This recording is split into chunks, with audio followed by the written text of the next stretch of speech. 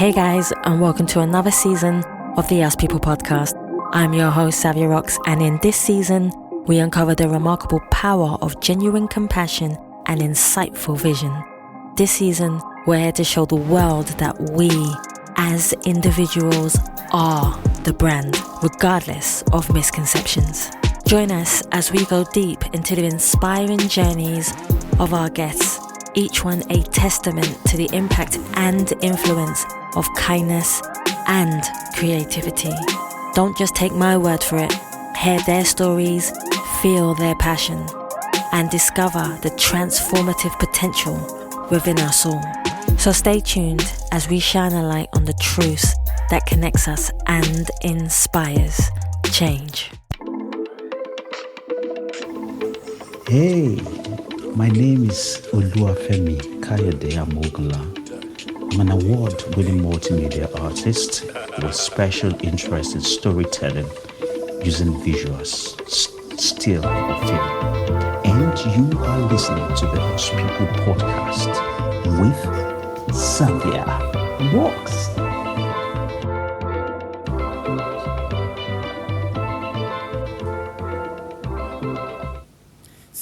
Hey guys, welcome to another episode of the Us People podcast. I'm your host, Savia Rocks, and today I am humbled to have the lovely, calm Femi here with me, who is a cultural creator. He's a creator just like I am, something that we all love doing. Femi, I want to thank you so much for taking your time to come on the Us People podcast. How are you? I'm fine. Thank you so much for having me here too. I'm humbled. Thank you so much, Femi. So my first question for you is, could you tell me a bit about yourself, where you grew up, but also how that influenced you to be the person who you are today? All right. I grew up in a very small village in Wonder State, Nigeria. Yes. The village is actually called Iboje. It's so small that I could tour it in a day, and I did tour it in a day because I wanted to meet people. I wanted to mix with them. I just wanted to explore, and that was what I did. Yes. I was a son to my late father now, who happened to be a lay reader in a church. And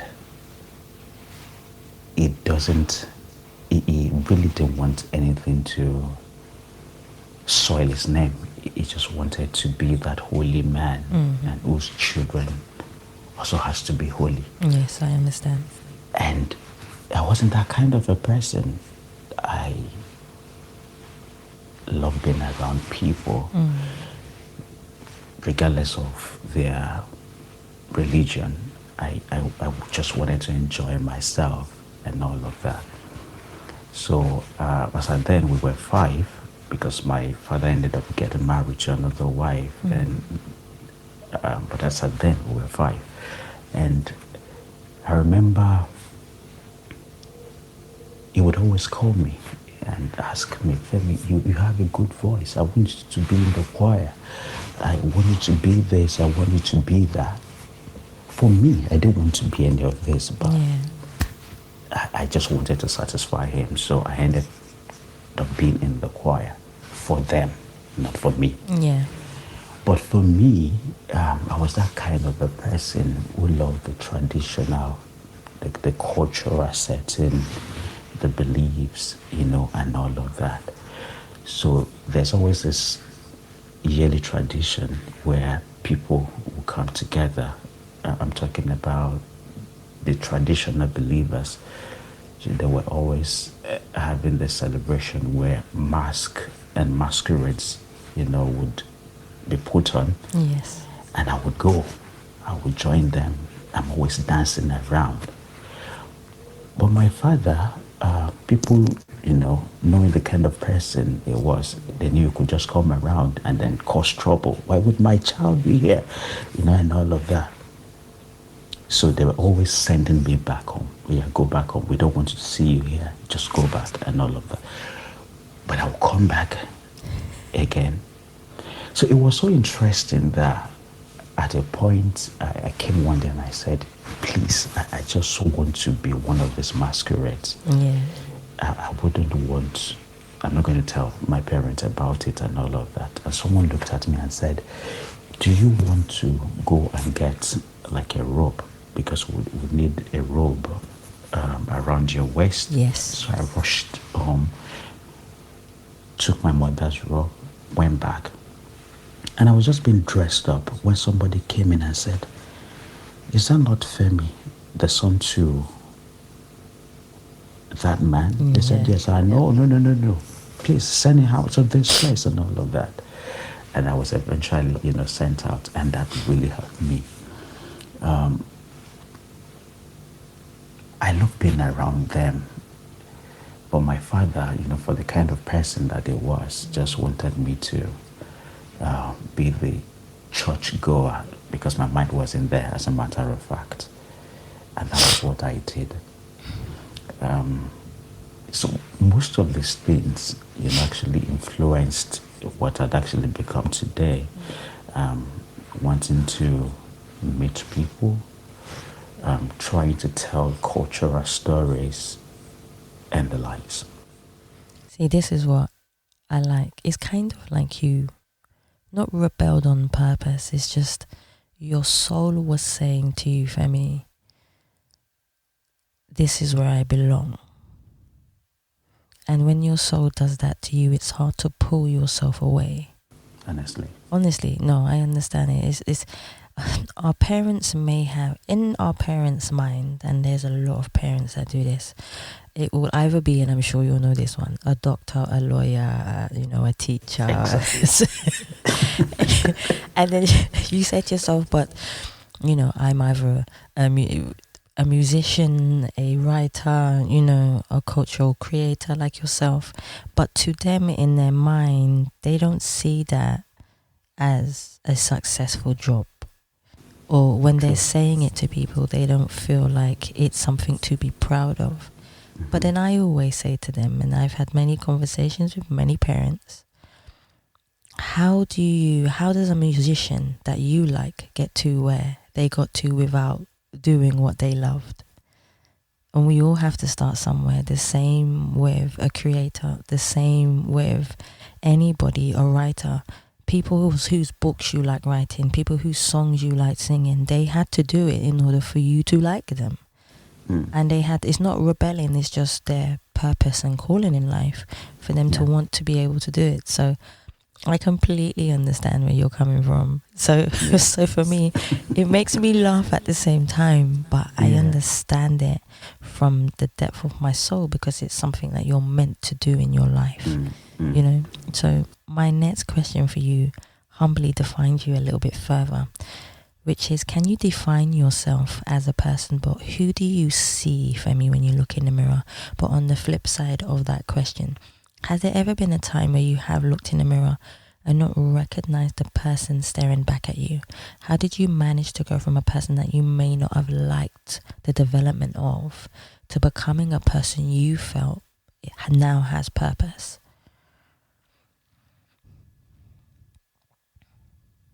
That seemed to be a very tough question, but I would also try to answer. While growing up, like I said, I wanted to be this person who would enjoy a lot of freedom. I just wanted to be me. I didn't see myself as that kind of a person who, because of some cultural beliefs or some societal expectations, would want to be boxed to a corner. No, I just wanted to be me. And I struggled with that for a very long time. I still do. I look at myself in the mirror most times and I'm like, okay, are you this kind of a person you really wanted to be? The answer is yes, but not so loud enough. when I say not so loud enough, I still wanted to be more than what I am. I still wanted to go out there, to do certain things. Trying to talk more on some of these cultural beliefs and all of that. Yet, we still have this pushback. You're still struggling within yourself. If you go too deep into this, what would people think of you? What would they say, and all of that? And that's, to a very large extent, is still like a restraint. Yes. And all of that. But I think I'm still struggling, and I'm evolving, as a matter of fact, even Yes. though I am not where I think I should be at. I think everything in life takes everyone time, and we're all on our own journey, which I always say. And nobody's journey is exactly the same as another person's, and I think that's the beauty of life, is watching it. Sometimes, maybe, I don't know if you feel the same, sometimes us as creatives, we kind of slightly self-sabotage ourselves by watching how far somebody else has got. True. And then we say to ourselves, but how comes we're not there? But that's not our time. Yeah. And I've learned that in life. When it is our time, we embrace it. And it's for us alone. So I love the fact that even though you felt like you're not there yet, you will get there. And that's the blessing of it. Yeah. I love that. So let's talk about creativity. Something we both love, okay? So I've had a chance to watch your videos and how intimate you get with your subjects as well. When you tell about their lives, even if it's a music video that you're doing, or talk to me about where your ideas come from, the concepts of how you vision things, because everybody has a different imagination.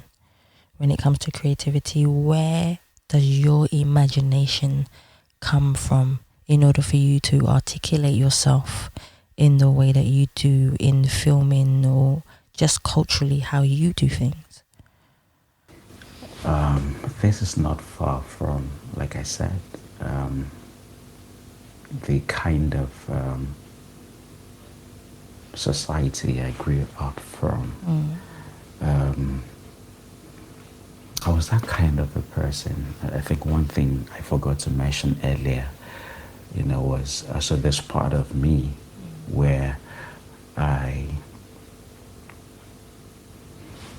like I said, Iboje is a small village within a town, in Okakoko, Ondo State, Nigeria. But even in Oka, at that time, I was almost everywhere. There was this thing about me, and even till now, my wife still sort of asks certain questions. Why were you like this? If anybody dies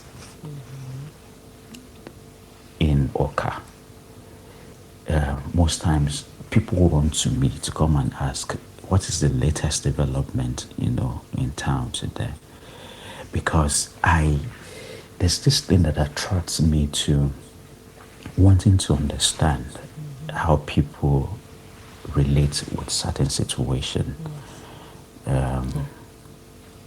When people die, how do people around them, how do they accept this? There was a particular situation where someone died, and they brought in the corpse from Lagos. And I was struggling, I wasn't the person meant to hold the flower, for this person. But I was going around like I was part of those people, or like I was a child to this person. And throughout the church service, to that point where this person was interred, I was there. Even when everybody had left, I was still there. one thing I was actually looking out for is the reaction. How do people react to these things? How, for instance, where people are being put into the grave, I look at the expression of people around them and I want to just understand. So how are they taking these things? And it also sort of reminds me of the finality of life. Like, oh, so one day I'll grow up and something like this, would also happen to me and all of that. Then I go back home, I'm in a corner, even while my parents are talking. So, where have you been? People have come to tell me they saw you at this point. And I'm just there thinking to myself, do these people even really understand? Yes. And all of that. So, these experiences, in a way, has actually helped me anytime I'm thinking about certain things. I'm thinking of how do I bring this into the story I'm about to tell. Like I said, I love photography, I love film, and all of that. When people are not doing enough, I quickly remember those things and I want to tell them, this is what I'm expecting of you. I just want to bring that raw emotion out of people. And all this can be traced back to, the kind of exposure or experiences I had while growing up. See, this is why I love creativity, because everyone has a different way of expressing themselves. Yeah. What is a day like for you? So I'm going to say you have a client and the client says, Femi, we're going to go out, we're going to have a shoot, or we're going to do some filming. What is a day like for you when you wake up in the morning to when you're getting ready, to when you start becoming creative, to when you're with a client, to when things start to unfold and the story starts to build? What is a day like for Femi in his life? A day. The interesting thing is I've done more of photography than filming. And most times I don't even plan out these things, because mine most time is to document people in their raw That's form. what I like. Yeah, so I don't really plan out. Let's take, for instance, the very first exhibition I had was in Germany, and the pictures or the images I took, they were actually taken when I went home, and I was with a friend, and we were discussing, and my friend said, "Do you remember this old man?" And I said, "Yes." I said, "I thought he's long dead." He said, "No, he's still alive." This man, the interesting thing about him, while I was still very small, this man was old. So even after about, say, 20 years, I never believed this man would still be alive. And my friend told me that, in fact, maybe we should just go to him. I mean, anywhere I'm going out, I'm with my camera, because I really don't know where the story would come out from. Yeah. So the moment he told me, I said, okay, this is beautiful. Then I quickly went to get schnapps. I mean, there's this drink called schnapps. I know the man loved taking schnapps, and I took that along with my friend. The man also knew me. So the moment he saw me, was like, is that not a child to, I mean, you mentioned my mother's name. Yeah. And I said, yes. So I prostrated, I greeted him. He was still very active. And we were talking. And all of a sudden he said, even my two other siblings will be coming to see me. I like that. In the next few minutes, I said, "Oh wow, okay, that's great." So I sat down and we go talking, and I was like, "I'm sorry, but I thought by now you would be dead and all of that." They said, "No. The interesting thing is, even if we both should enter into a working competition right now, I'm very sure you'll become weak even before, I do." I'm like, "Really?" So I like that. yeah, I said, "It's a tracked distance or distances and all of that, kilometers." I said, "Really?" I said, "So tell me the secret. What is it that you've been doing that?" Then he started telling me stories, trying to tell me these days there were things that people of our age would do that they won't do. Yes. And most of these things that you guys do is what is bringing problem into your lives. And I was like, "So can you give me an example?" He said, "Do you lie or not?" I said, "I lie sometimes, maybe to cover up stuff and all of that." He said, "Do you see? Can you see what I'm saying?" He said, "These little things that you don't take cognizance of, there's a way they have effects on your body." And as we were discussing, the two siblings arrived. And I said, "I'm going to document this moment."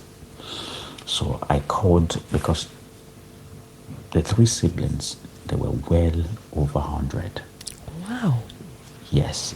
This first man I was actually talking about was about 100 and close to 140 at that point in time. Are you serious? I'm telling you.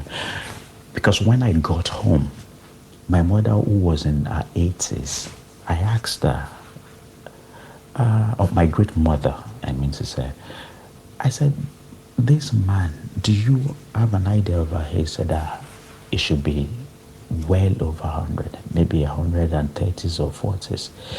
The challenge that time was that they didn't have this way of documenting stuff and all of that." Yes. But when this man started telling me stories about people who were king when he was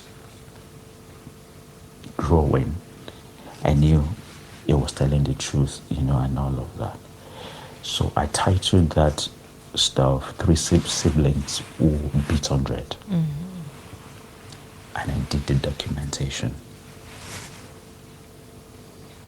Each time I look at that and the stories behind everything that happened, it just reminds me, of some of the things, that we are using these days. Some of the things, that they found very important to them, that we no longer, see as anything these days. And one day there was a call for this exhibition, and I submitted the images, and they were like, "Wow, no, you need to come over to Germany and talk about this story," and that was it. So most times, some of the things that I've really done, I don't wake up in the morning and start planning, "Oh, today I go everywhere with my camera, and when I see a story, a good one, I recognize it and I go after it." See, this is what I like, the spontaneity of life. Yeah. That's what I would call it, the spontaneity of life. What are you most proud of that you stand for as an individual in this world? Not allowing myself to be defined by the societal construct. Yes. People see me on the outside and they think I'm this hard person, and this because of the way he looks, and everything is a tough. I know how that feels.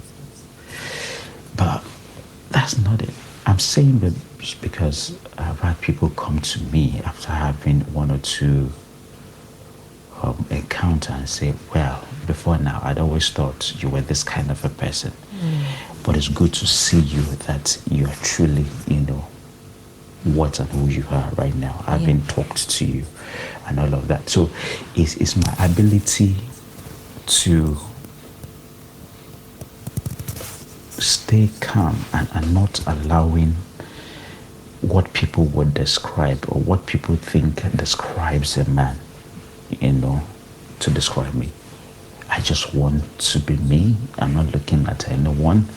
I'm not, I'm just, and that to me is something I'm proud of. Really. There's a question for me I want to ask you, and it just popped in my mind spontaneously.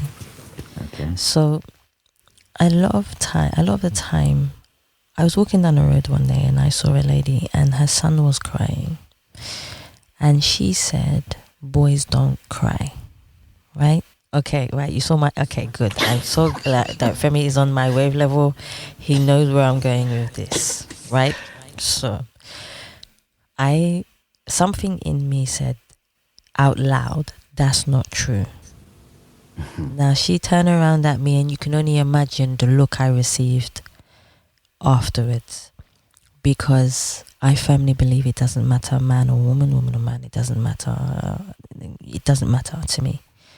You should have a right to express yourself through tears, and I've learned that spiritually tears help you to release, to heal. Yeah, exactly that. But from your perspective, especially as a man, because I think it coming from a man, it can help other men understand that there is nothing wrong with having emotion. But from your perspective, I would love to understand it.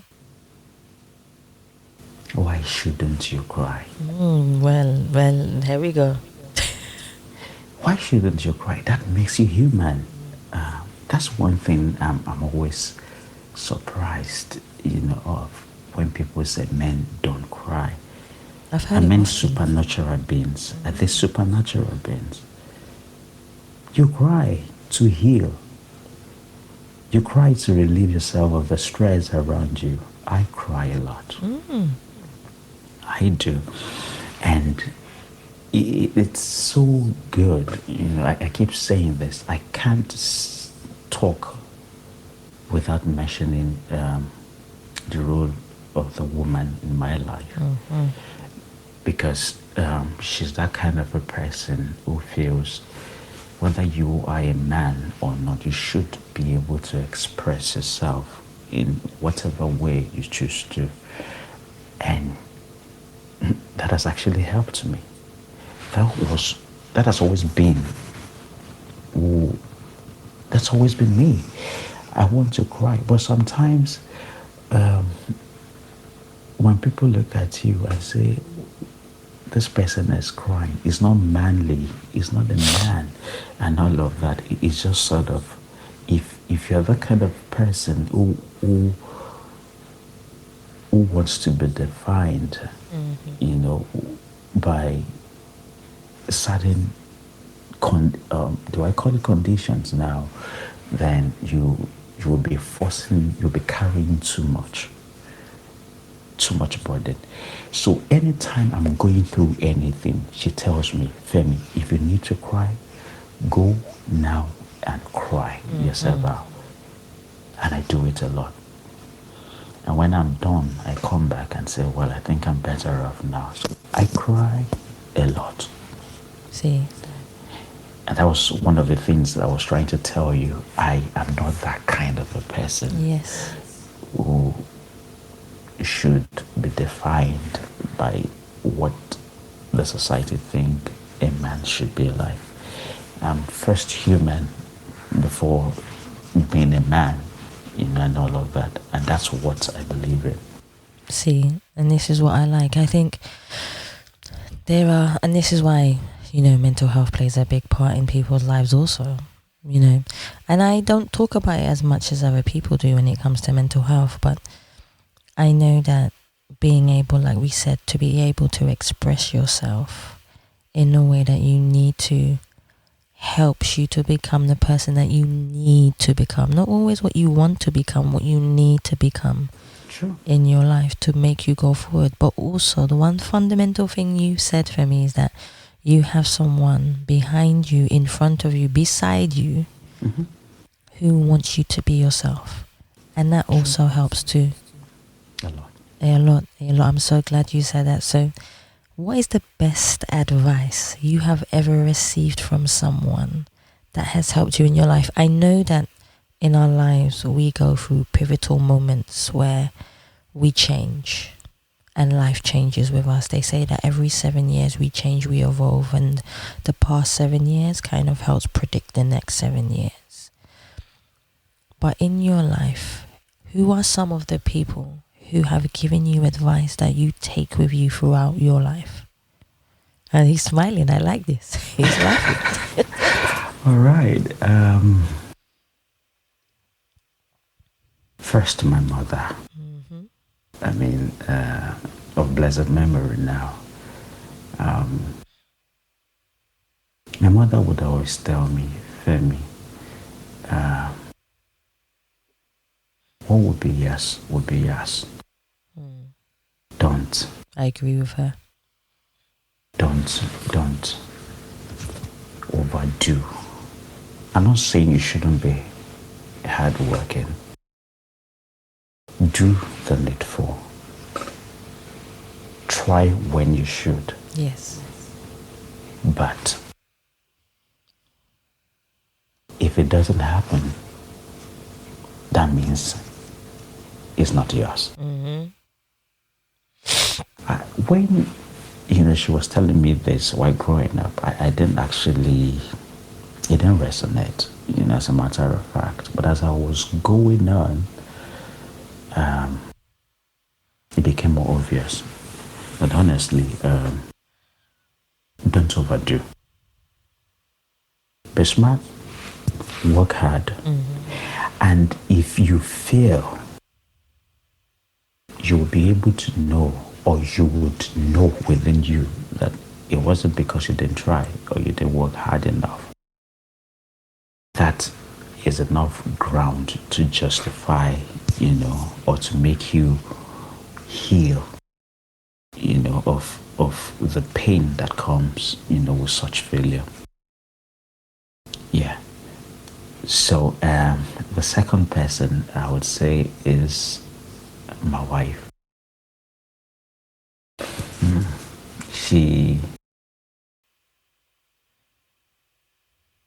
I'm proud to say it all the time that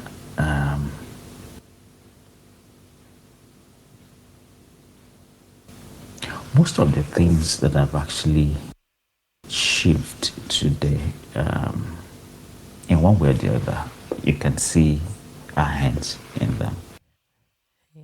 And, she's always telling me, Femi, look right. I'm not saying look right, look left. When you see an opportunity,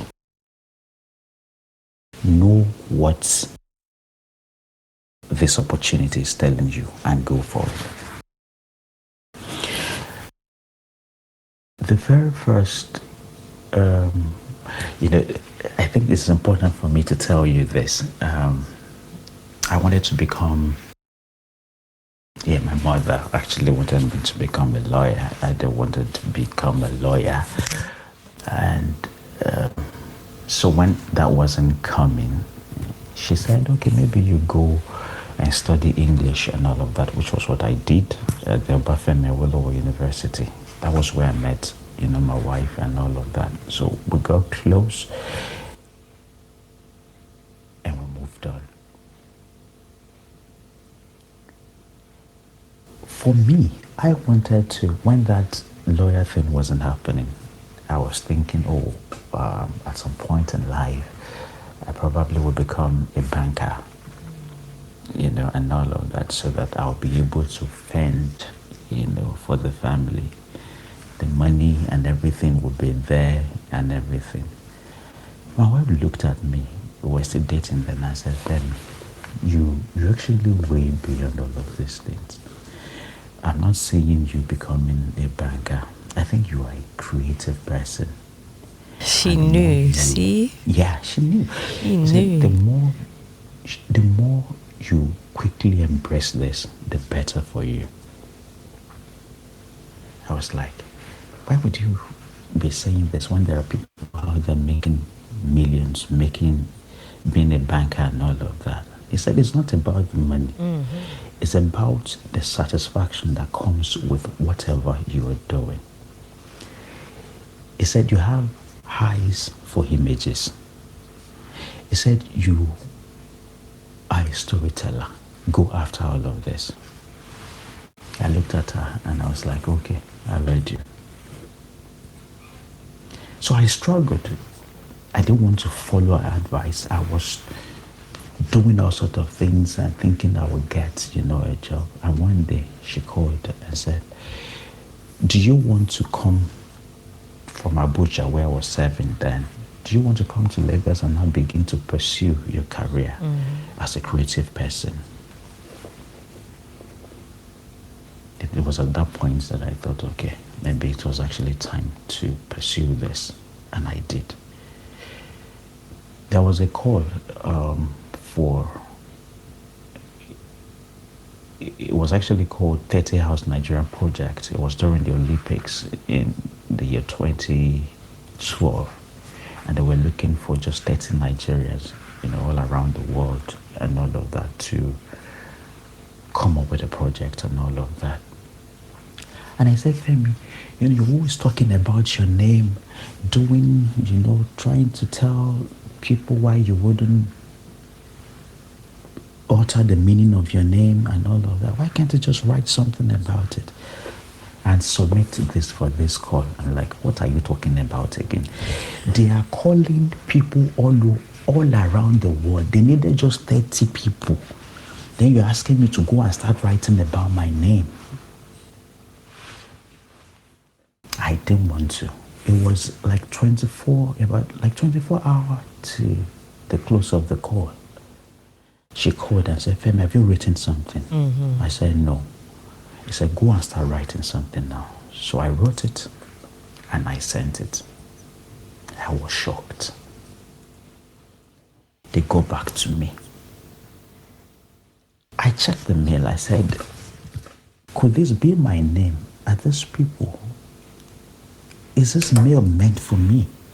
I checked it over and over again, and it was me.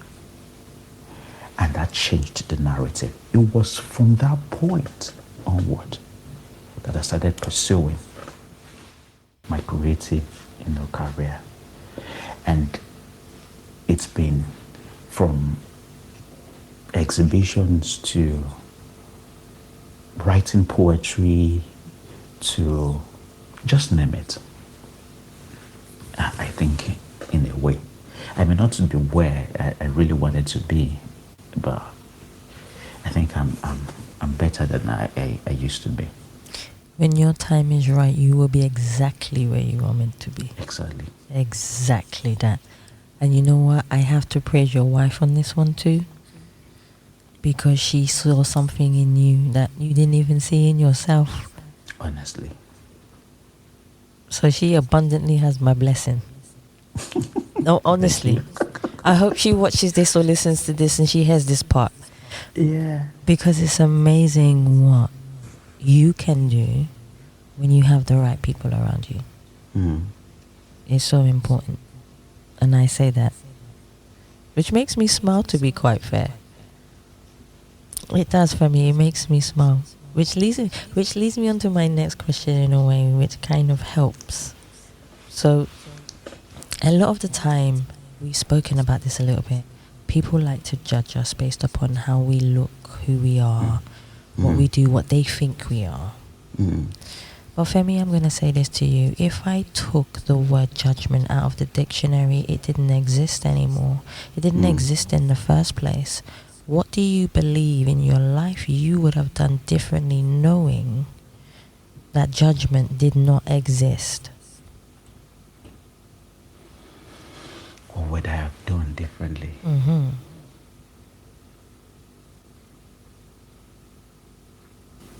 Judgment.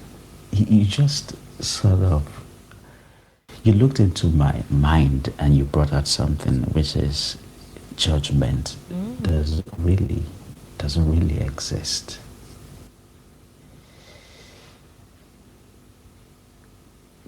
Maybe initially, like I was saying, it was all about what people, would think, wanting to be defined by the society what Exactly a that. man should look like.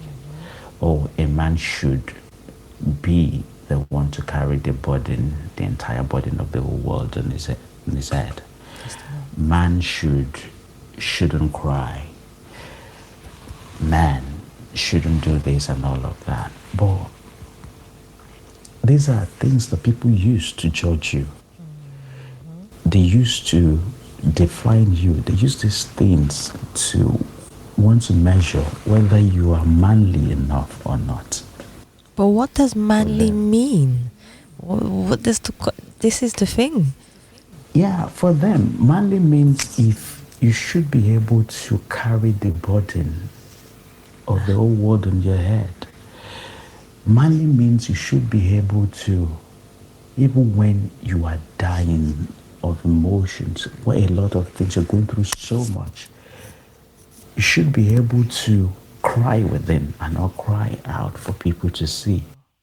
You shouldn't be able to ask for help No, that's when you need one because you are seen as a man next to God, kind of.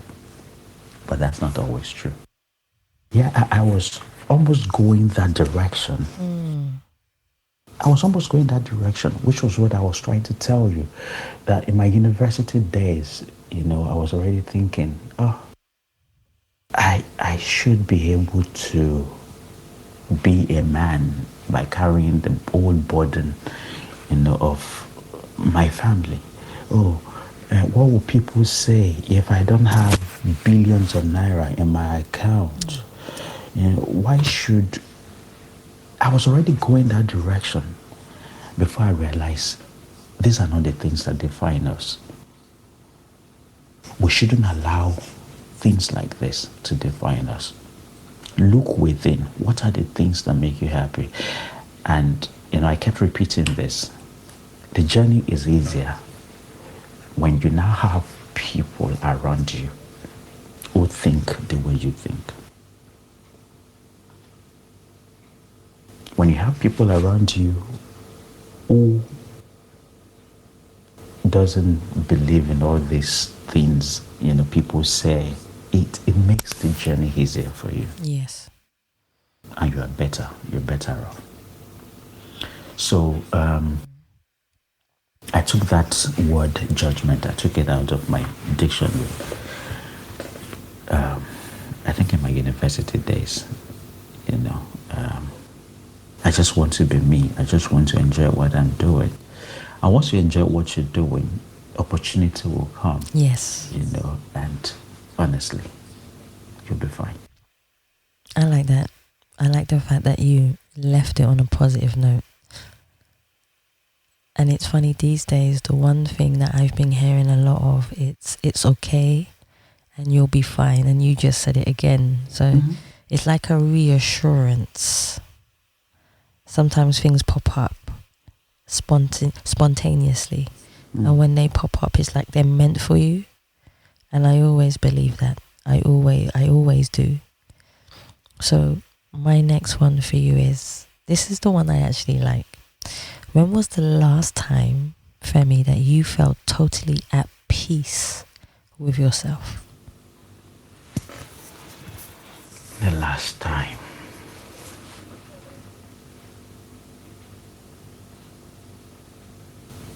Maybe today. I could feel that. Maybe today. I'm always at peace with myself. I will be at peace with myself tomorrow. I was at peace with myself yesterday. I am this morning as I speak to you. That's it. And that is born out of the fact that I'm not under any pressure.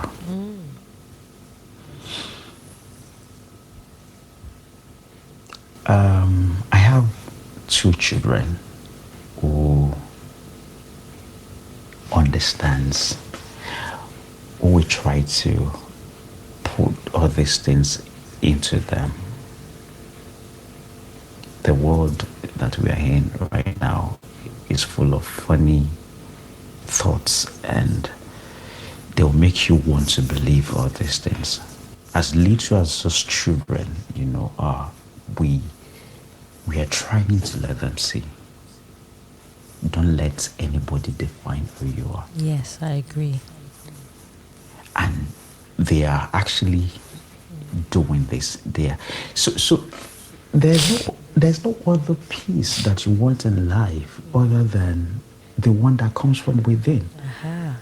Around you, your family first. When you have peace in your family, you have peace everywhere, because what people do to you out there wouldn't matter. That's true. Honestly, it won't matter to you. It won't matter to you. There's something, maybe with time, that people will get to know about me.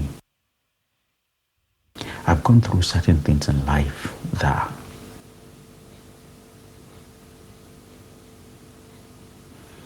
there should be enough to break me. They are so heavy to break me, but because of the peace that I have within, they are minor. They are minor. I think it's your mindset also. I think a big part of it is your mindset. Mm-hmm. Because you found the peace, and your mindset contributes to your peace. It does. It plays a massive factor. A massive factor. So, Femi, if I said to you, if there was one quote that represented you as a person, what quote would you choose, and why would you choose that particular quote? Again, I didn't get that. If there was one quote that represented you as a person, what quote would you use, and why would you choose that particular quote?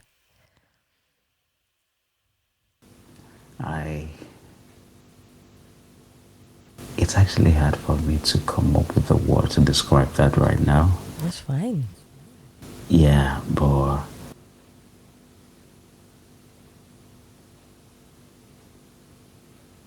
I think it's just, maybe it's just wanting to be me and not anybody else. Well, that's a quote in itself. That is just wanting to be me Mm-hmm. and not anybody else. Yeah.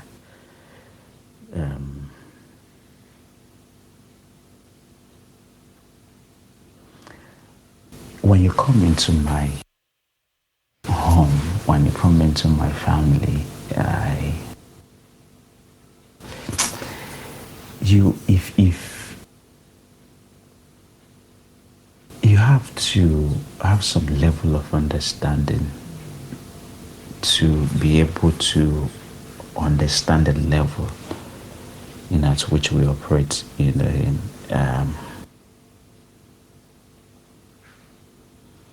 why should, just because this is the way you behave, I should now begin to behave like you?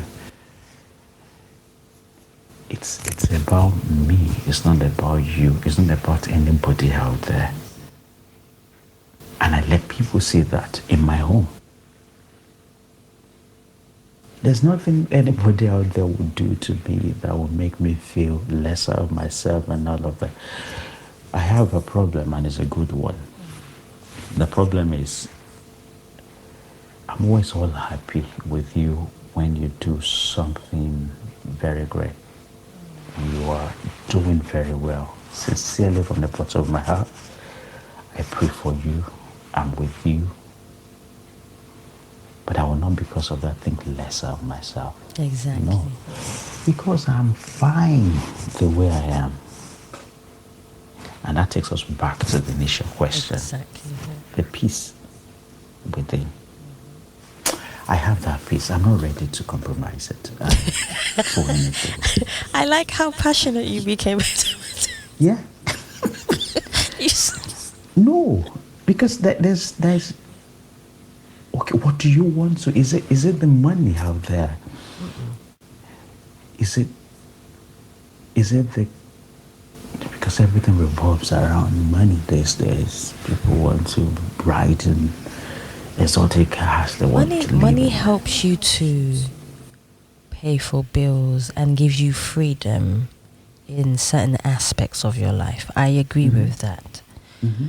But money, I feel, is not the key to happiness. It does Never. not heal pain. Never. There are so many things that we could go into when it comes to this.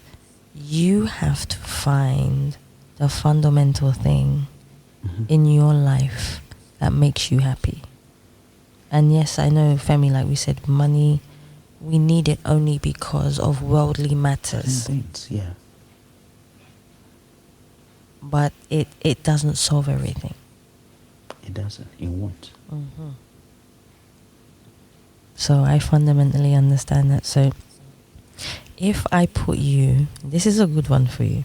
If I put you on a desert island and I said, Femi, I'm leaving you there for 24 hours and you're allowed to bring with you one president, one activist and one musician to have a conversation with and document, which would be awesome for you, I think. Who would you bring on this island and why? Take it again. A president. Right. I've got it for you, honey. So we've got one president, Yeah. one activist, and one musician. Activist or musician. I would bring in the musician, actually. Who would you bring as the musician? And not just, maybe it depends on the musician, actually, or what kind of music, you know. Or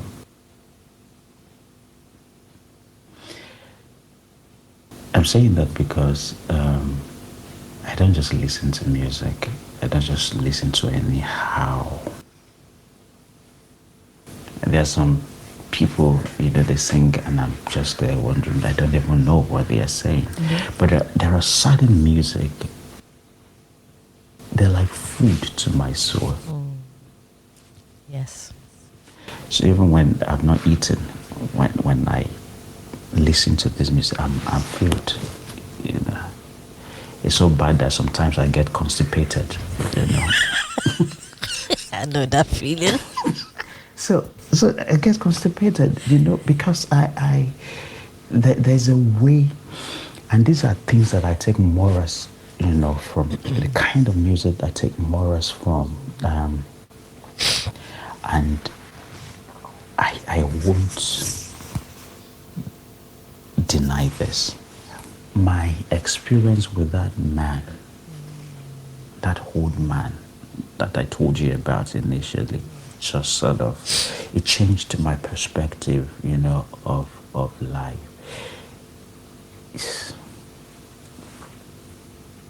You have to understand certain things. You have to,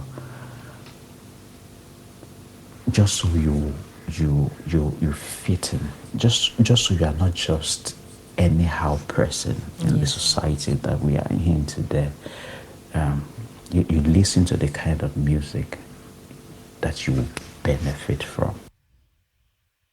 So I will be there in that desert that you put me, but for as long as that musician is around, even if they come to say, Femi, it's time to get out of here, I may ask you to go. I may ask you to go back, and I'm still fine here. Mm-hmm. Yeah. What about that doesn't mean that the activist, the president and all of that I can't benefit from them or what they have to offer. But I think in this case I'll go with the musician. Okay, right. So you wouldn't have a president, you wouldn't have an activist. I like that. I like the fact that you decided just a musician. That's actually quite cool. Because sometimes every time I've asked that question, everyone always gives me all three. But I like the fact that you said, no, I don't need a president, I don't need an activist. Just give me the music and I'm happy. Oh. See? Good to know you're happy.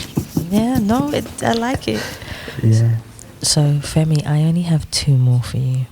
Okay. And I hope the two more resonate with you as much as I've enjoyed interviewing you. So the second to last one is that we all have a different definition of what legacy means. Some people feel that legacy means when you pass away and you leave behind memories.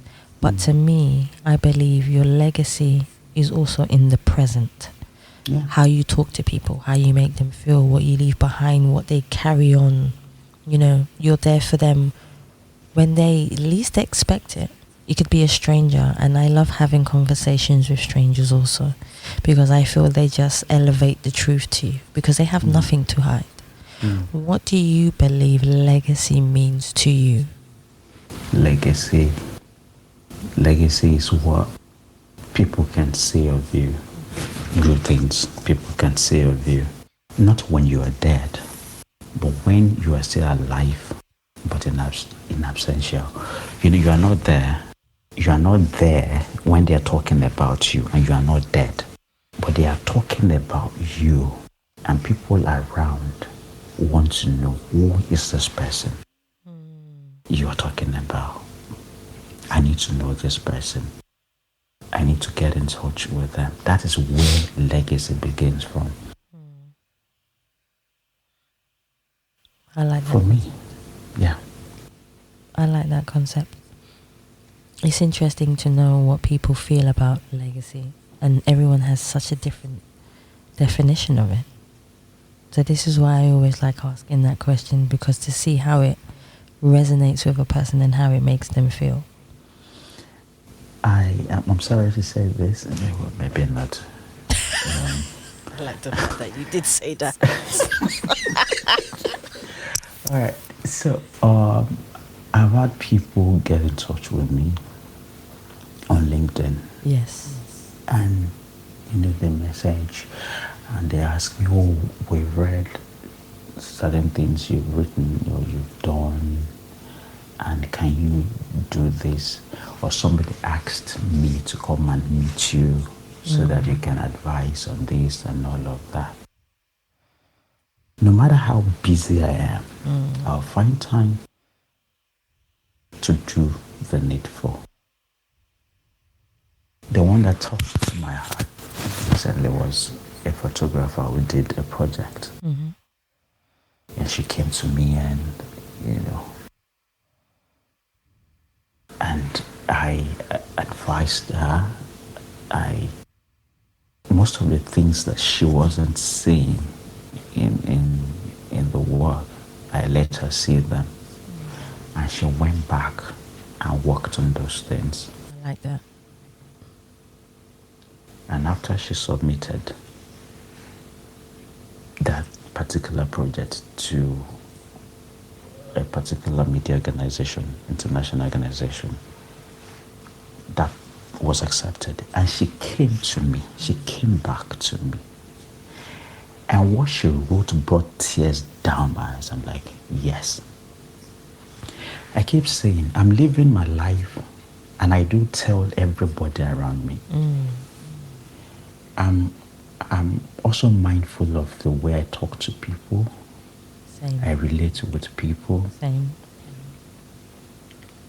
Because if I'm dead, if I die today, I'm dying with that satisfaction that I've touched lives. Yes. People that I can help in my own little way. I've done it. And I'm not going, as they would say, I'm not going back home with any form of regrets and saying, oh, if I'd known, I should have. I live each day as if it was my last. I try to. And I try to also tell people, I tell my friends, reach out to people, even if they're not reaching out to you. Yes. Talk to people. Show love when you can. Embrace people. Don't run. Don't run. Avoid people who would come near you. Not for who you are, but for what you are. For what you are. Yeah. Avoid people like that. Yes. I'm not saying you should make enemy out of them, but avoid them if you can. That's a different type of energy that you just don't need. I've learned that in life. Abundantly so. Because when they evaporate your energy, that's what I call it. When they evaporate your energy, then that's it. There's nothing you can do. There's literally nothing you can do. But if you protect yourself enough, you can let that energy of them go. And I've learned that in life. And it's a great lesson. It's something one needs to constantly. I tell my children all the time. I tell them. It's wise words. It's wise words. My last one for you, Femi, is I've had the abundant joy of being able to have you on the show and to be able to to have your calmness. It's so nice to have someone who's so calm with you. No. It's flowing from your hand to my head. Well, it's flowing. It's flowing both ways. It's flowing for me both ways. Yeah. But the one thing I love to do for people is for them to tell people where they can find them, where they can, see your work, where they can get in touch with you. Femi, where can people find you? Yeah, I'm on Instagram. As Femi Clicks. I'm also on my Instagram. You can actually have access to, because you may not get to know everything about me just on my Instagram page alone, but you have access to my website where you will know so much about me and the kind of work I do and all of that. So FemiAmogunla.com. Yeah, you'll find me there. And thank you so much for this opportunity too. Hey, you beat me to it, my dear. I was going to say it to you, and I was also going to say thank you for your calmness, your compassion, your kindness, your vulnerability of who you are, but most of all, wanting to tell me your story in your way. That means a lot to me. So thank you so much. Thank you, Femi, for coming on the show. Thank you. And it is good. I've listened to your podcast, interestingly, and I said one day I would actually be able to put a face to, I mean, I've seen your pictures, but I'm talking about the active being that's the behind, the soft voice. And I did today. I'm happy. Oh, see, but we must stay in touch, and I say this on the podcast because every time I say that, I mean it. Yeah, that is something that means a lot to me. I don't just like doing a podcast with somebody and then they disappear. I like to see people's journey, how they develop, how they grow, but also just us having a conversation in general. Those things mean a lot to me. So Femi, please do stay in touch. I will. Right, that's what I like to hear. And this is where I say, guys, thank you so much for listening to the Ask People podcast. And please remember, you can subscribe and leave us a review on Spotify, iTunes, Google Play, or any other platform that you prefer listening to.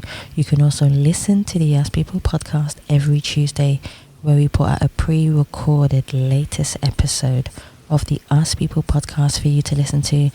But please remember, you don't just have to listen to the most recent episode. You can find an episode that resonates with you, with someone creative or business minded, and please have a listen. You can also listen on Wednesday, where we repeat the episode that's on Tuesday on Wednesdays on the Heart Songs Live at 9 p.m. UK time. And this is where I say to you guys, thank you so much for listening.